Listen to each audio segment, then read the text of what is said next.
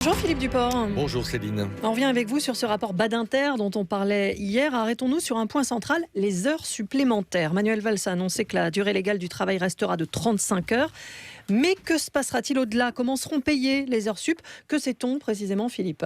Alors, ce qu'on sait, c'est qu'une chose est vraiment sûre, c'est que ça va bouger. Manuel Valls a annoncé hier que le mode de rémunération des heures supplémentaires allait changer. Comment? Oui, il ne l'a pas dit. Le Premier ministre a simplement estimé que les heures supplémentaires devaient être rémunérées différemment, sans être plus précis. On a quand même quelques repères. On sait que le principe d'une compensation pour les heures sup sera explicitement maintenu dans la future réforme du droit du travail.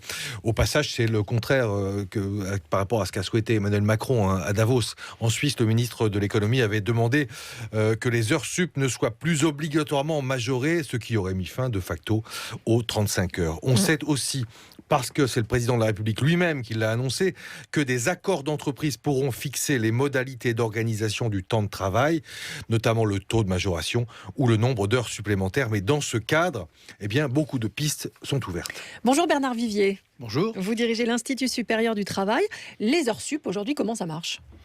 Les heures sup, ça marche à partir du moment où l'heure légale du travail est dépassée. Aujourd'hui en France, la durée légale du travail est de 35 heures par semaine.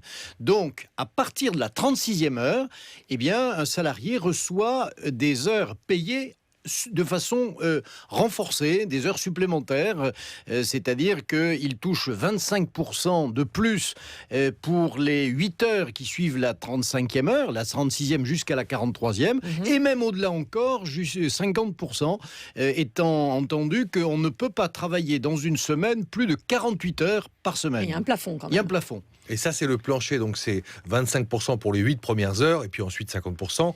Mais certains accords d'entreprise ou certains accords de branche peuvent être plus généreux. Alors, plus généreux ou plus exactement moins généreux pour le salarié, c'est toute la complexité du droit du travail. En effet, des accords de branches professionnelles dans des secteurs professionnels, les groupements d'employeurs et de salariés, les syndicats se réunissent.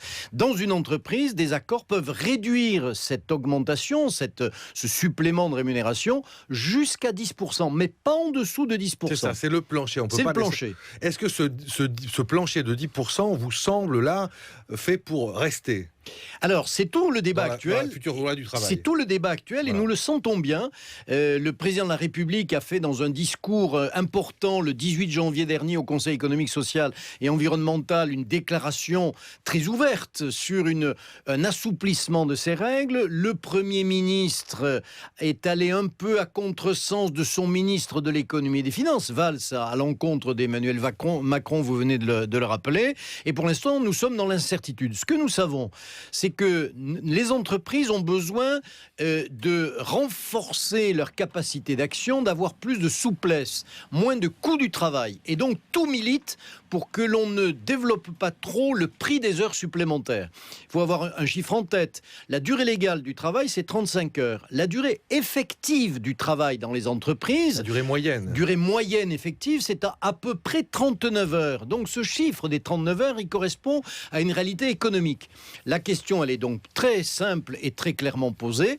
De combien doit-on payer en plus les heures entre 35 et 39? Certains disent, Emmanuel Macron est tout près de ça, 10% ou même moins, c'est-à-dire pratiquement rien, on efface le phénomène des 35 heures, ou d'autres disent au contraire, c'est un socle, il faut le garantir.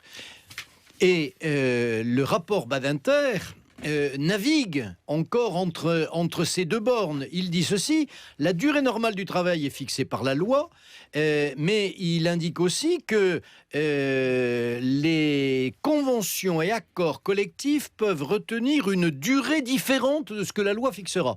Donc la question va être posée: combien on va payer les heures supplémentaires? Pour l'instant, on n'a pas la réponse. Parmi les autres questions qui se posent, est-ce que les heures supplémentaires pourraient être compensées, non pas par de l'argent, mais par du temps? Oui. Par des RTT, c'est-à-dire? Oui, par exemple, ou des jours compensatoires ou des réductions du temps de travail, c'est ce que l'on peut envisager. C'est d'ailleurs ce qui se passe un peu aujourd'hui pour les cadres, les forfaits jours, les forfaits cadres, c'est-à-dire des personnes dont il est difficile de mesurer avec la pendule l'intensité de l'activité. Et donc, ce sont des personnes qui sont payées de façon forfaitaire, quel que soit le temps qu'ils passent. Par contre, on le calcule à la journée et ces personnes bénéficient de récupération sous forme de jours de congé. Merci beaucoup Bernard Vivier, directeur de l'Institut supérieur du travail. Je vous ai coupé Philippe, parce qu'on parlait de pendule, voilà, c'est l'heure du journal. Je suis cadre moi aussi.